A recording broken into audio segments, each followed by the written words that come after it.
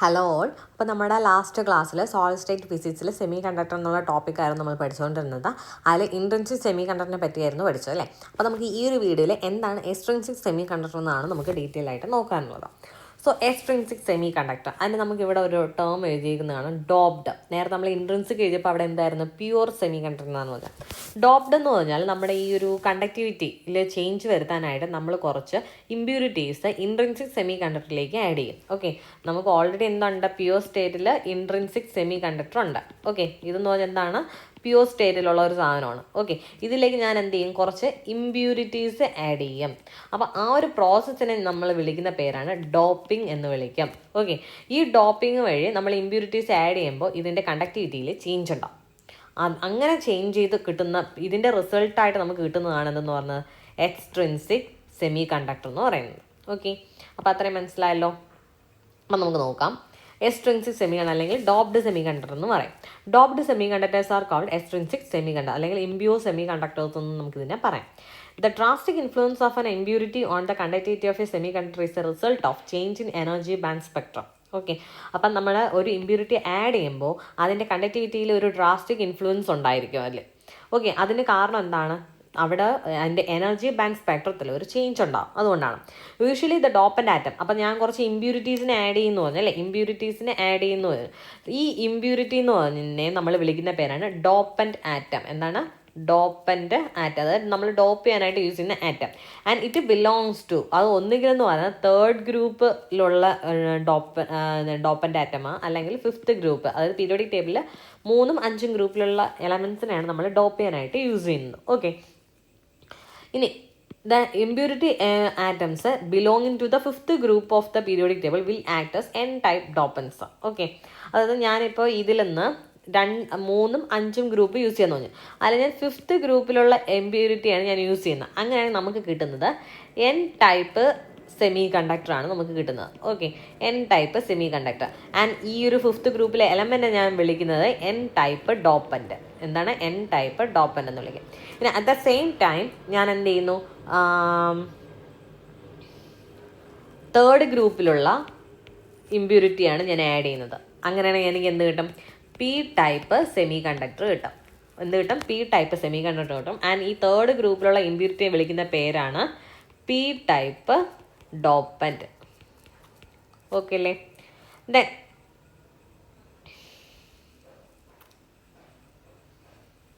ഈ ഒരു N type semi കണ്ടക്ടറിന് എക്സാമ്പിൾ പറയുന്നത് ആഴ്സനിക്, ഫോസ്ഫറസ് ആൻഡ് ആൻറ്റിമണി എന്ന് പറയുന്ന examples of N type dopants ആണ് കേട്ടോ. എൻ ടൈപ്പ് ഡോപ്പന് എക്സാമ്പിളാണ് arsenic, phosphorus and antimony.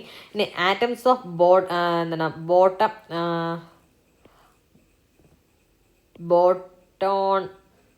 Boron. Okay, atoms of boron, aluminium, gallium and indium that belong to third group of the periodic table എന്ന് പറഞ്ഞതാണ് P type dopants ആണ്. ഇനി N type semi conductor എന്താണെന്ന് നോക്കാം. N type ഞാൻ പറഞ്ഞു, അതിലേക്ക് add ചെയ്യുന്ന ഡോപ്പൻ്റെ ഏത് ഗ്രൂപ്പിലുള്ളതാണ്, ഫിഫ്ത്ത് ഗ്രൂപ്പിലുള്ള സാധനത്തിലാണ് നമ്മൾ എന്ത് ചെയ്യുന്നത്, ആഡ് ചെയ്യുന്നത് ഡോപ്പൻ്റ് ആയിട്ട്. സോ അതിൻ്റെ ഫലമായിട്ട് നമുക്ക് കിട്ടുന്ന സെമി കണ്ടക്ടറാണ് എൻ ടൈപ്പ് സെമി കണ്ടക്ടർ എന്ന് പറയുന്നത്. അപ്പോൾ നമ്മളിവിടെ എന്ത് ചെയ്യുന്നു, ഫിഫ്ത്ത് ഗ്രൂപ്പ് എന്ന് പറയുമ്പോൾ അതിനെ ഞാൻ പെൻറ്റാവാലൻ്റ് എന്ന് വിളിച്ചു. സോ ഒരു പെൻറ്റാവാലൻ്റ് ഇമ്പ്യൂരിറ്റി ഞാൻ ആഡ് ചെയ്യും to an intrinsic semiconductor. അങ്ങനെയാണ് നമുക്ക് എന്ത് കിട്ടും, ഒരു എൻ ടൈപ്പ് സെമി കണ്ടക്ടർ കിട്ടും. പെൻറ്റാവാലൻറ്റിൻ്റെ പ്രത്യേകത എന്താണ്, നമ്മളിവിടെ ഒരു എക്സാമ്പിൾ എടുത്തേക്കുന്ന ആഴ്സനിക് ആണ്. ഓക്കെ, ആഴ്സനിക്കിൻ്റെ പ്രത്യേകത എന്ന് പറഞ്ഞാൽ അതിൻ്റെ പെൻറ്റാവാലൻ്റ് ആണ്. സോ അതിൻ്റെ വാലൻസ് ഇലക്ട്രോൺ എത്ര എണ്ണം ഉണ്ട്, 5 എണ്ണം ഉണ്ട്. അതിൽ ഇവിടെ ഒരു ജർമേനിയം ഇൻട്രിൻസിക് സെമി കണ്ടക്ടറിലേക്കാണ് ഞാൻ ഈ ഫിഫ്ത്ത് ഗ്രൂപ്പിലുള്ള ആഴ്സനിക്കിനെ ആഡ് ചെയ്യുന്നതെന്ന് വെക്കുക. ഓക്കെ, ജർമേനിയം ആയാലും സിലിക്കോ ആയാലും ഈ ഒരു പ്രോസസ്സ് തന്നെയാണ് അതിൽ നടക്കുന്നത്. അപ്പോൾ ഇതിലെന്താ നടക്കുന്നത്, ഈ ഒരു ആഴ്സനിക്ക് തൊട്ടടുത്തുള്ള ജർമേനിയം ആറ്റവും ആയിട്ട് എന്ത് ചെയ്യും, കോവാലൻ ബോണ്ടിൽ ഏർപ്പെടും. ബട്ട് ഈ ഒരു ജർമേനിയം ആറ്റം തൊട്ടടുത്ത് എത്ര എണ്ണം ഉണ്ട്, 4 എണ്ണേ കാണത്തുള്ളൂ. അപ്പോൾ 4 ഇലക്ട്രോൺസ് ഷെയർ ചെയ്തിട്ട് 4 കോവാലൻ ബോണ്ട്സ് ഫോം ചെയ്യും. ബട്ട് ആഴ്സനിക്കിന് എത്ര എണ്ണം ഉണ്ട്, 5 വാലൻസ് ഇലക്ട്രോൺസ് ഉണ്ട്. 5ാമൻ എന്ന് പറയുന്നത് എന്ത് ചെയ്യും, അൺബൗണ്ടഡ് ആയിട്ടുള്ള ഫ്രീ ഇലക്ട്രോൺ ആയിട്ട് നിൽക്കും. Okay, out of the 5 valence electrons of arsenic 4 electrons എന്ന് പറയുന്നതിൻ്റെയും കോവാലൻ ബോണ്ട് ഫോം ചെയ്യും with the neighbouring germanium atoms. അങ്ങനെയാണെങ്കിൽ 5ാമത്തെ ഇലക്ട്രോൺ എന്ന് പറയുന്നത് loosely bound with the arsenic. അതെന്ന് പറയുന്നത് കേരിയർ കറണ്ടിന് അവൈലബിൾ ആയിട്ടിരിക്കും, ഒരു കേരിയർ ആയിട്ടിരിക്കും. So this electron help to conduction in the N type semiconductor. അപ്പോൾ എൻ ടൈപ്പ് സെമി കണ്ടക്ടറിൽ നമ്മുടെ കണ്ടക്ഷൻ സഹായിക്കുന്ന ആരാണ്, കേരിയർ ഇലക്ട്രോൺ ആണ്. ഓക്കെ, നമ്മൾ ഇൻട്രിൻസിക് സെമി കണ്ടക്ടറിൽ നമ്മുടെ കേരിയർ ആരായിരുന്നു? ഇലക്ട്രോൺസും ഹോൾസും അവിടെ ചാർജ് കേരിയേഴ്സും ആയിരുന്നു. എന്നാൽ ഇവിടെ എൻ ടൈപ്പിൽ വരുമ്പോഴത്തേക്കും ഇലക്ട്രോൺസ് ആണ് എന്ത് ചെയ്യുന്നത്? അവിടെ കറണ്ട് ക്യാരി ചെയ്യുന്നത്. In an n-type semiconductor, electrons are the majority charge carriers and the holes are the minority charge carriers. Okay. അപ്പോൾ നേരത്തെ ഇൻട്രിൻസിക്കിൽ വന്നപ്പോഴത്തേക്കും എന്താണ്? ഇലക്ട്രോൺസും ഹോൾസും ഈക്വൽ ആയിരുന്നു. പക്ഷേ എൻ ടൈപ്പിൽ വരുമ്പോൾ മെജോറിറ്റി ചാർജ് കേരിയേഴ്സ് ആരാണ്? ഇലക്ട്രോൺസ് ആണ്. കാരണം ഈ ഇലക്ട്രോൺസ് കാരണമാണ് എന്ത് ചെയ്യുന്നത്? അവിടെ കണ്ടക്ഷൻ സംഭവിക്കുന്നത് അല്ലേ. സോ ഇലക്ട്രോൺസ് എന്ന് പറയുന്നത് അവിടെ മെജോറിറ്റി ചാർജ് കേരിയേഴ്സ് ആണ് ആൻഡ് ഹോൾസ് എന്ന് പറഞ്ഞാൽ അവിടെ മൈനോറിറ്റി ചാർജ് കേരിയേഴ്സ് ആണ്. So N E very much greater than N H എന്ന് നമുക്ക് എഴുതാം. ആൻഡ് ഇവിടെ നമുക്ക് കാണാം കണ്ടക്ഷൻ ബാൻഡ് ഉണ്ട്, വാലൻസ് ബാൻഡ് ഉണ്ട്. ആൻഡ് ഇവിടുത്തെ എനർജിയെ ഇ സി എന്ന് ഡിനോട്ട് ചെയ്തു, വാലൻസ് ബാൻഡിൻ്റെ എനർജി ഇ വി. ആൻഡ് നമ്മുടെ ഇവിടെ ഒരു ലെവൽ കാണാം. ഇത് ഏതാണ്? നമ്മുടെ ഡോണർ എനർജി ലെവൽ എന്ന് പറയും. ഓക്കെ, ഡോണർ എനർജി ലെവൽ എന്ന് പറഞ്ഞാൽ അറ്റ് 0 കെൽവിൻ നമ്മുടെ ഈ ഒരു ഡോണർ എനർജി ലെവലിൽ എന്തുണ്ടാവും? ഇലക്ട്രോൺസ് ഉണ്ടാവും. ഓക്കെ, നമ്മുടെ എന്നിട്ട് ഏതെങ്കിലും ഒരു എക്സൈറ്റേഷനോ അല്ലെങ്കിൽ തെർമൽ എനർജിയൊക്കെ കൊടുക്കുമ്പോഴത്തേക്കും എന്ത് ചെയ്യും? ഇവിടെ നിന്നും കണ്ടക്ഷൻ ബാൻഡിലേക്ക് ഈ ഇലക്ട്രോൺസ് മൂവ് ചെയ്യും. അതായത് ടെമ്പറേച്ചർ കൂട്ടുമ്പോൾ അറ്റ് 0 കെൽവിൻ ഈ ഡോണർ എനർജി ലെവലിലായിരിക്കും എന്ത് ചെയ്യുന്നത്? ഇലക്ട്രോൺസ് ഇരിക്കുന്നത്. ഓക്കെ, ഇനി ഗാലിയത്തിനാണെങ്കിൽ ഈ ഒരു ഗ്യാപ്പ് എന്ന് പറഞ്ഞാൽ it is 0.01 electron volt, silicon ആണെങ്കിൽ 0.05 ഇലക്ട്രോൺ വോൾട്ടാണ്. സോ നമ്മുടെ ഈ ഡോണർ എനർജി ലെവൽ എന്ന് പറഞ്ഞാൽ എന്താണ്? Energy level of free electrons donated by the pentavalent impurity atoms in an N type semiconductor. അപ്പോൾ ഒരു എൻ ടൈപ്പ് സെമി കണ്ടക്ടറിലെ പെൻഡാവാലന്റ് ഇമ്പ്യൂരിറ്റി ഡൊണേറ്റ് ചെയ്യുന്ന ആ ഒരു ഫ്രീ ഇലക്ട്രോണിൻ്റെ എനർജി ലെവൽ, അതാണ് ഡോണർ എനർജി ലെവൽ എന്ന് പറയുന്നത്. ഓക്കെ, ഇനി നമ്മുടെ ടെമ്പറേച്ചർ കൂടുന്നതനുസരിച്ച് എന്ത് ചെയ്യും? ഇവിടെ നിന്നും ഇങ്ങോട്ടേക്കാണ് അതായത് എന്ത് ചെയ്യുന്നത്? ഇലക്ട്രോൺസ് മൂവ് ചെയ്യുന്ന.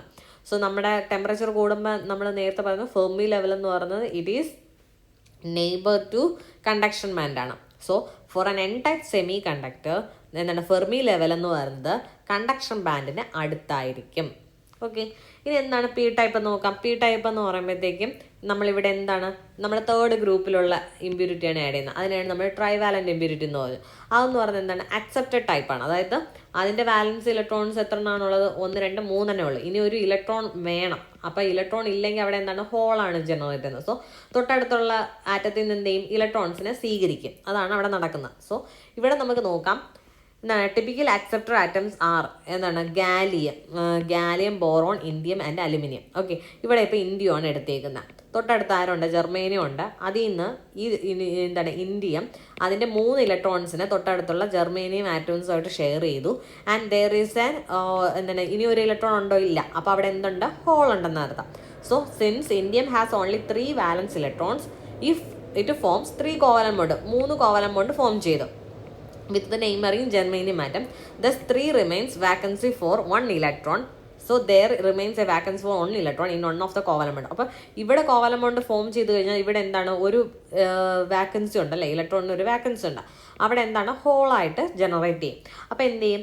ഈ വാക്കൻസി കോൺസ്റ്റിറ്റ്യൂട്ട് എ ഹോൾ, അതായത് ഹെൽപ്പ് ടു കണ്ടക്ട്. അപ്പോൾ ഈ ഹോളാണ് എന്ത് ചെയ്യുന്നത്? ഇവിടെ കണ്ടക്ടിവിറ്റിക്ക് ഹെൽപ്പ് ചെയ്യുന്നത്. അപ്പോൾ എന്ത് ചെയ്യും? ഇവിടെ തൊട്ടടുത്തുള്ള ജർമ്മേനിയം ആറ്റത്തിൽ നിന്ന് ഈ ഒരു ഇലക്ട്രോൺ ചാടി ഈ ഹോളിലേക്ക് വരും. അപ്പോൾ ഇവിടെ ഒരു ഹോൾ ജനറേറ്റ് ആവും. ഇവിടെ ഒരു ഹോൾ ജനറേറ്റ് ചെയ്യാൻ തൊട്ടടുത്തുള്ളതാ ഇവിടെ നിന്ന് വേണമെങ്കിൽ എന്ത് ചെയ്യാം? ഒരു ഇലക്ട്രോൺ ചാടി ഇവിടെ വരാം. സോ ഇവിടെ എന്താണ്? ഹോൾസ് ആണ് മൂവ് ചെയ്യുന്നത്. സോ മെജോറിറ്റി ചാർജ് കേരിയേഴ്സ് എന്ന് പറയുന്നത് ആരാണ്? ഇവിടെ ഹോൾസ് ആണ്. And electrons are the minority charge carriers. ഇനി നമ്മുടെ എനർജി ബാൻഡ് ഡയഗ്രാം നോക്കിക്കഴിഞ്ഞാൽ അക്സെപ്റ്റഡ് എനർജി ലെവൽ എന്ന് പറഞ്ഞാൽ ഇറ്റ് ഈസ് വാലൻസ് ബാൻഡിന് അടുത്തായിരിക്കും. ആൻഡ് ഈ ഹോൾസ് എന്ന് പറയുന്നത് അറ്റ് 0 കെൽവിൻ ഹോൾസ് എന്ന് പറയുന്നത് അറ്റ് 0 കെൽവിൻ T = 0 കെൽവിൻ ആണെങ്കിൽ ഈ അക്സെപ്റ്റഡ് എനർജി ലെവലിലായിരിക്കും ഇലക്ട്രോൺസ് വരുന്നത്. എന്നിട്ട് എന്തോ സംഭവിക്കുന്ന? വാലൻസ് ബാൻഡിൽ നിന്നും ഈ ഹോൾസ് ഇങ്ങോട്ടേക്ക് മൂവ് ചെയ്യും. ഓക്കെ, അപ്പോൾ ഇത്രയുമാണ് നമ്മുടെ എക്സ്ട്രിൻസിക് സെമി കണ്ടക്ടർ എന്ന് പറഞ്ഞാൽ. ബാക്കി നമുക്ക് നെക്സ്റ്റ് ഒരു വീഡിയോ നോക്കാം. Thank you.